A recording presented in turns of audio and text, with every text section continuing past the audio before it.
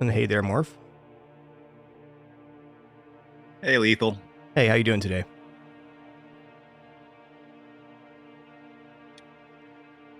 I'm doing very well. How are you? I'm doing awesome, thank you. Thanks so much for agreeing to come on and do this interview. Really appreciate it. Very excited to talk with you and ask a few questions.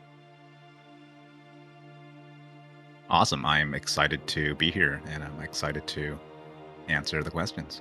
Awesome, man. Well, for starters, can you just tell us a little bit about your dev team and how big it is and how long the project's been going on? Yeah. So we've been working on this on and off for about 5 years now, Wow. actually. Yeah, it's a pretty long time. A lot of that time was me like learning how to program. Okay. I've never programmed anything in my entire life. I have an artist background, so I worked in the games industry and the film industry for a while Okay. before getting into indie dev. So, what is the jobs of the people on the team you do? And said you have an art background, but you also program. So, who's Yeah, responsible for what? so I'm the lead developer. I did all the programming and a bunch of the art. All right. And it was originally a solo project with just me, Okay. but then I ended up roping a bunch of friends into it. Mhm. And right now it's me, Lycan, who's kind of an artist designer, Okay.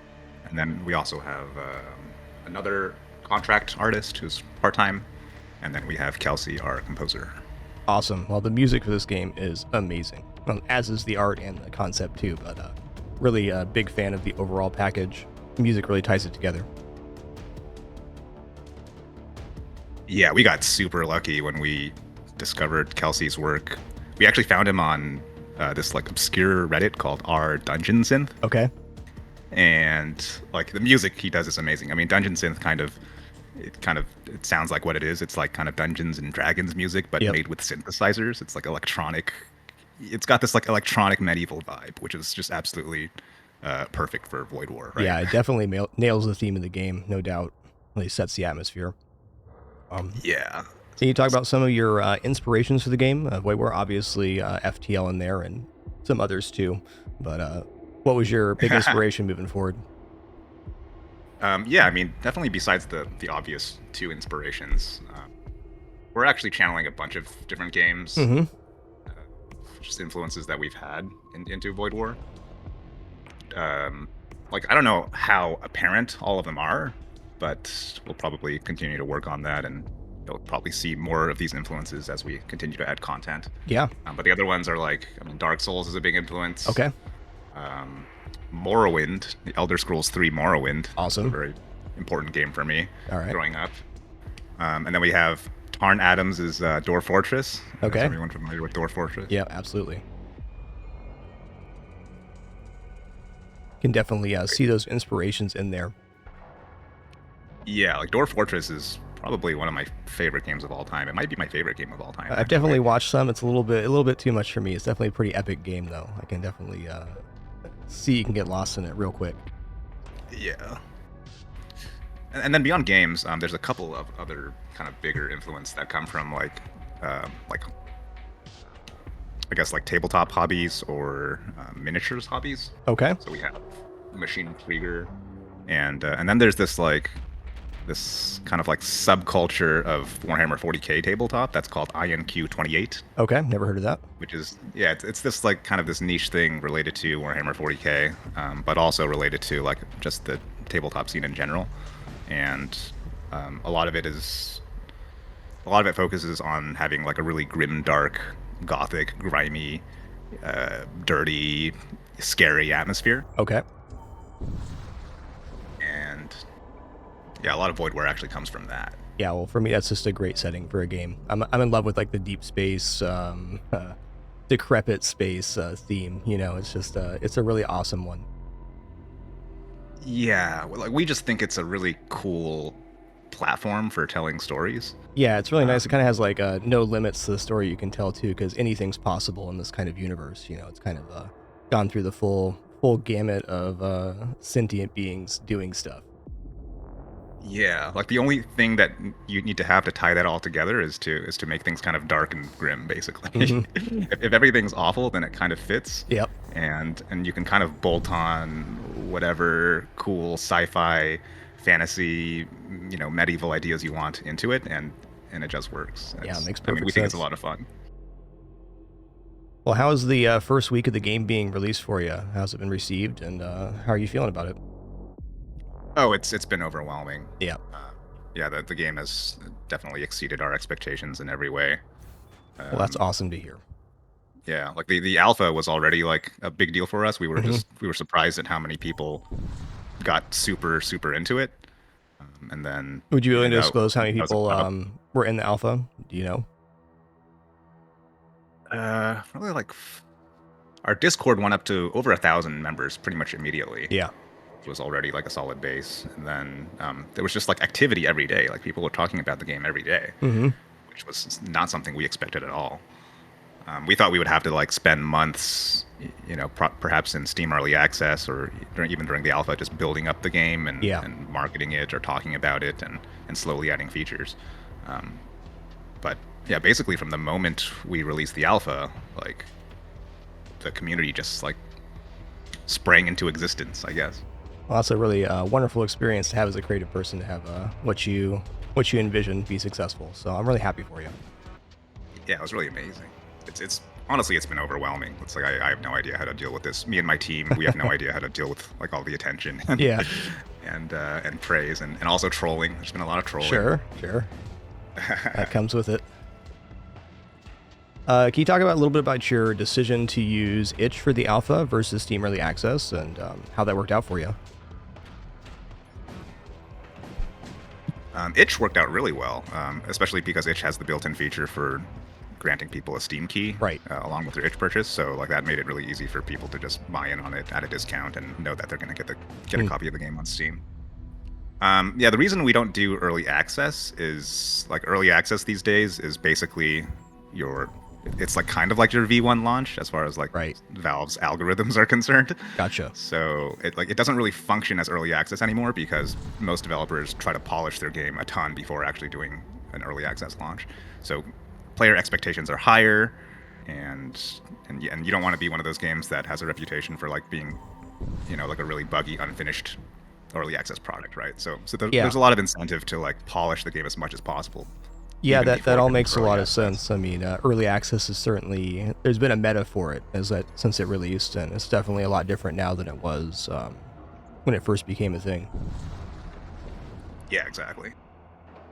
So that's the reason. So Itch worked out really well. Itch is now kind of like we think of it as the early access platform, basically. Yeah, I think that's a great way to go about it. Thanks for sharing your thoughts. Yeah. So you mentioned you grew up enjoying Morrowind. Any other games that were really influential for you? Diablo 2 was a Oh huge one. yeah, Path of Exile, honestly, actually, I forgot to mention Path of Exile yeah, earlier, but that was actually a big inspiration for Void War as well. Like makes we sense. kind of wanted to be like the I'm gonna mess up this analogy, but we wanted to be kind of like the Path of Exile to Diablo 2. If FTL was Diablo 2, then we wanted to be Path of Oh, Exile. that's a really cool comparison. Thanks for sharing that. That actually makes a lot Yeah, of like sense. right, like we wanted to expand the systems like Right. significantly and just like make it into this more of a modern game, right? Something that is supported over time and just keeps growing and growing and growing and ends up with a huge amount of content over over years.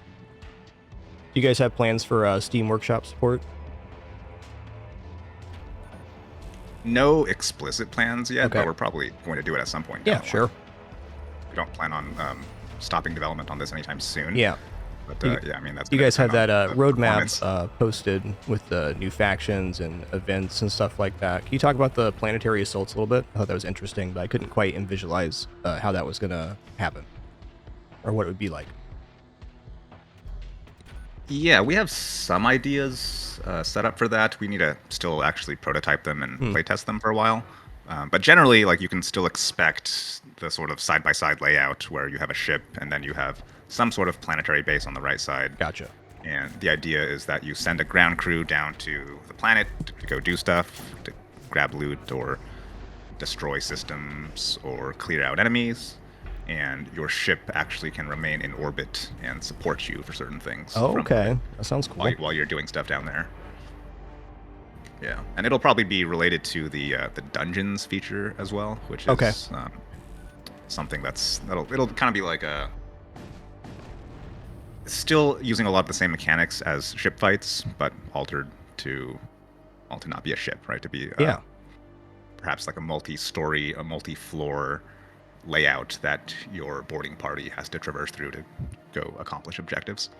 Yeah, makes total sense. A little more like turn-based, more or less, kind of a dungeon crawl. Well, not Yeah. turn-based specifically, but real time with pause. Real time with pause, yeah, exactly. Like some sort of dungeon crawl-ish experience, but with the giant spaceship in orbit. That sounds cool. Yeah. So we're really excited about that. I think there's going to be a lot of things. I mean, again, like a lot of the impetus for making this game was taking it into like a really expandable, expansive setting, Mm-hmm. and then seeing how much we can push that setting in terms of mechanics. Well, that sounds amazing, and all those ideas sound really good. So I had a few questions about this game mechanics overall. I was interested in if you had any insight on enemy priority for systems and how you guys developed what that was. I've noticed in boarding, they'll protect different things. O2 seems pretty valuable to the enemies. Like in FTL, it'd be shields as the priority number one for enemy crew. I wonder what the considerations were there, because there's so many systems in this game. Oh man, I did that code a long time ago. Actually, don't remember. Okay, so I think how it works is there's a few systems that are the highest priority, and the AI chooses one randomly from Okay. the high priority systems, and then if it can't choose them or if they're all destroyed, then it chooses from a list of lower priority systems randomly. I think that's how it works. Gotcha. It's been a while. Oh, that's fair. Yeah, we always joke about how like the players basically all know more about the game than we do at this point because there's like so much stuff in the game, and That's probably true. we never really get to experience it like as a player, like organically, where you just discover stuff. 'Cause Right. We're designing everything in the background. This has been one of those things that's been really weird about becoming a game developer. Is like, I don't know, your relationship to video games like changes. Mm-hmm. Yeah, because I was always just a big like gamer all my life. Sure. Even though I worked a bit in production, like I was never involved in design or programming. Mm. Like I was always an artist at the game companies that I worked at. So actually being the designer and like working on things like balance or content just really kind of changes the way you think about games. Whole new perspective, huh? Yeah. Yeah, it's been a wild ride for sure. Yeah, did you have a moment like you knew you wanted to make this game? I know you said you went through other prototypes and were learning how to code and stuff, but is there a moment like you decided, well, I'm going to make a game now? What was that for you? Yeah, I mean, a lot of it actually started when I just started to watch game maker tutorials on YouTube. Okay. And actually, some of the very, very old code for this game was part of another game where you were like, I don't even know how to describe it. You were like a barbarian on like a primitive world Okay. that had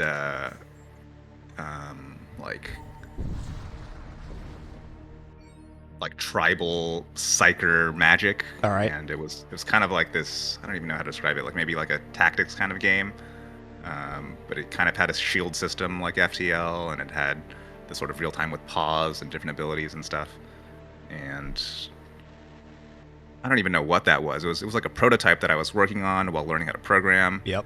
And actually, eventually, it just ended up becoming more and more like FTL. Which was really funny. Like we started to, because a lot of the mechanics in FTL felt like fairly understandable, like fairly like easy to implement. Sure. As like an aspiring developer, right? As someone that doesn't know how to program, learning programming while having like a project to look at and learn from Yeah, that makes total sense. is actually really valuable. So a lot of this just came out of mucking around in Game Maker, watching tutorials, looking at games that I liked, and trying to understand how they worked and how to actually code them. And then eventually it kind of became a commercial project. That's amazing. Well, this will be a tough question for you, I'm sure, but can you estimate how many hours you spent working on the project to its fruition now?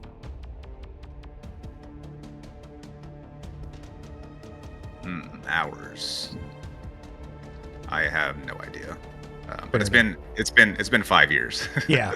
So probably thousands. Yeah. Probably 1,000. Something. I don't know. How many hours is in a work week? Like 40 hours in a work week. 2,000 a year, probably. Yeah. But then a lot of that wasn't spent like working on the game. Sure. But yeah, it's been a while. Been we've been working on this for a while, and it's just so satisfying to finally get it out and have it connect with people. Yeah, well, it definitely has. This game really rekindled a spark for me. Like, I love FTL. I have tons of hours in it. So I'd say it's the game that probably made my career on Twitch, more or less. And so I played it a lot, and I've always liked the game. But after so many years, the joy fades a little bit. And the second I played Void War, I was like, man, this is it. Just like the spark was instantly rekindled, and I was like, I gotta play more of this. So I think he did something really magical here. That's amazing. That really means a lot to us. If you're cool with it, we can talk a little bit about the lore of the game. I know you told me this to be kind of vague. We can just kind of speculate about stuff happening, but I've been thinking about the game and the universe quite a bit, so I have a few questions about just various stuff. Yeah, let's get into it. All right, so like in this universe, obviously it's very dilapidated, and it's been that way for a while. Like, how long since the catastrophe of the Empire and all that stuff has happened, do you think? So none of my answers to any of these questions are going to be like definitive. Sure, I'm of going course. to be speculating as much as anyone else. Sounds great. And a lot of the lore for this game just kind of comes out of like headcanon that we end up having while Sure. developing. And if the headcanon kind of feels good, then we just, now that's canon. That's how it works now. So let's see, how long since the Empire has fallen? Maybe like in my head it's like less than 10 years, maybe less Okay. than 5, but not more than 100. Gotcha. So that's my range for you. Yeah, that's fair. I feel like That's fair. it has to be kind of recent, but like because this is the weird techno-gothic future, time is there can be like very long time scales, I guess. Sure.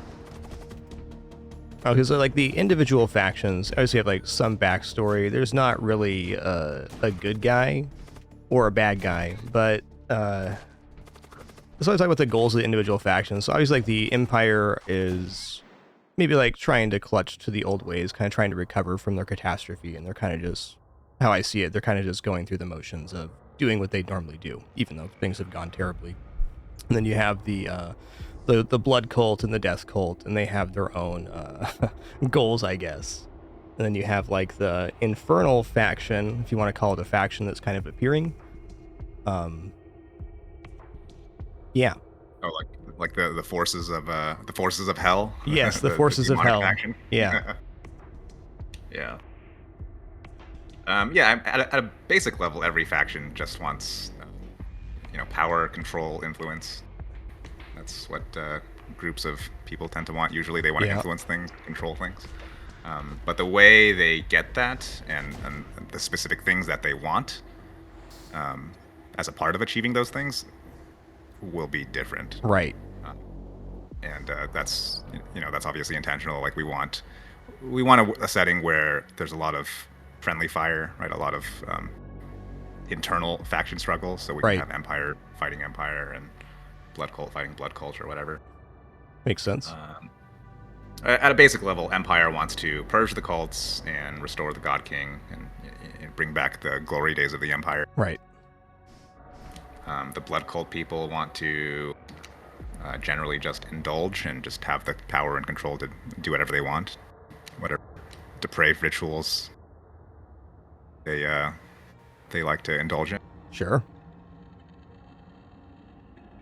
And then like Or the death cults, they just want control over life and death. Is that kind of like their overarching control goal? over life and death. Yeah, They want people to kind of embrace death and kind of accept the inevitability of death. Okay. Yep. And there's actually some interesting like sort of like philosophical angles that you can Sure. have within the death cult, and we do want to explore more of them, like with more nuance and maybe certain certain encounters or certain bits of lore text. Um, but yeah, there's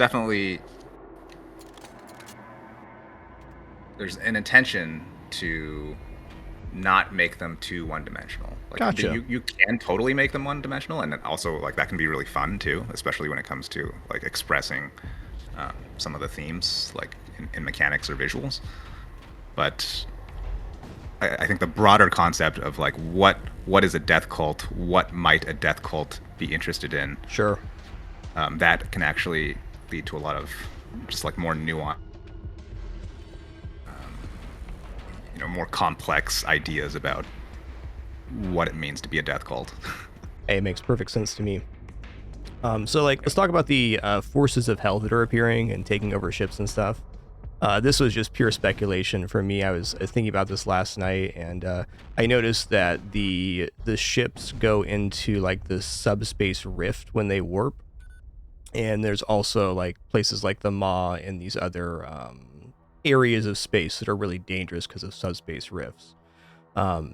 Is it possible in this world that all of the sentient species kind of ripping holes through space has kind of awakened something, and that's why it's coming out? This borrows from the trope from that movie Event Horizon. Okay, If you've seen Event Horizon, where it's like long time ago, yeah. yeah, like faster than light travel is possible now, except you have to go through like what is literally basically hell to go do it. Right. Okay. And that's the I think there's kind of a cool like poetry to that idea, and Warhammer 40k took that idea and made it the warp, right? They called it the warp. Um, Event Horizon, like what it does is it links the idea of like this almost godlike power that humanity has achieved, right? Which is to travel insanely vast distances between stars. So it links that with possibly the worst thing humanity Right. has ever conceived, which is like hell. And there's something fun about like just having both of these things like merged into one thing that humanity like can't live without, like really needs maybe Right. to survive, but also like is There's a cost. I don't know, the source of all evil, right? Or Yep. whatever. So that's just a really interesting idea, and yeah, I mean Warhammer 40k, Event Horizon, and then you also see it in Doom. Yes. Yeah, so the lineage of sci-fi media is actually really interesting. Yeah, it sure is.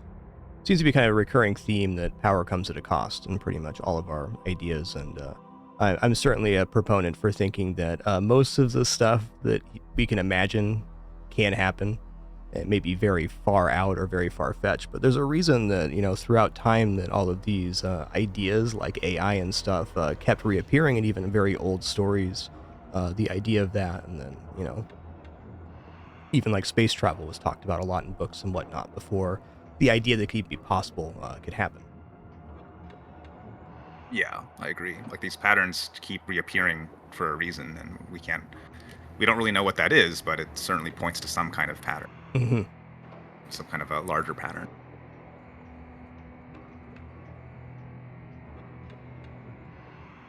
All right, well, that's So yeah, that's pretty much it for my lore questions. If you have anything you want to add, I'd be more than happy to hear you talk about pretty much any subject here. Yeah. oh, there was one bit of lore. I think you had a question in just the kind of rough draft questions you sent me Yep. earlier about the commanders. Oh Let's yeah, see. yeah. Anything about the commander backstories I found interesting. So I didn't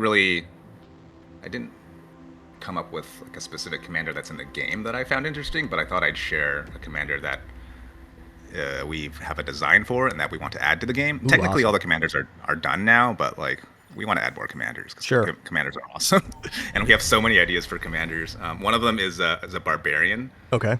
and like this is just an example of a commander that like we wanted to make because the idea of it sounded cool. I have no idea how mechanically it's going to work, but the lore text for this commander I love, which is goes like this.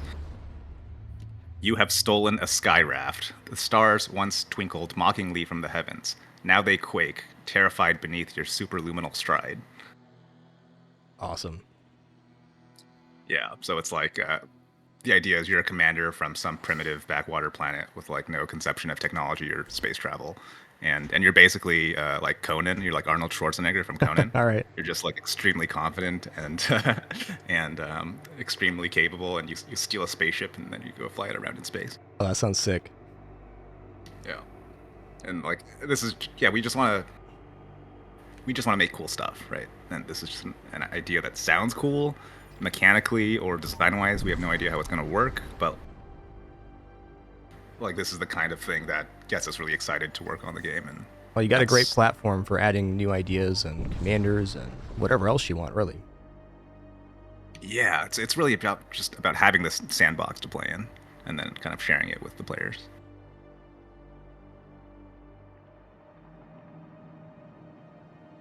Well, that's most excellent. Thanks so much for coming on and talking, Morph. Really appreciate it. It was great to hear a lot of your insights about the game and hear just your general thought process about the game. Just really happy to have this experience to play, and so happy it's going to receive more content due to its success. So thank you so much. Really appreciate your creative efforts and the time you took here. All right, thanks so much for having me, Lethal. Hey, my pleasure. Hope you guys enjoy the game. No, I'm sure we will. Have a great rest of your day. Thank you so much. You too. See ya.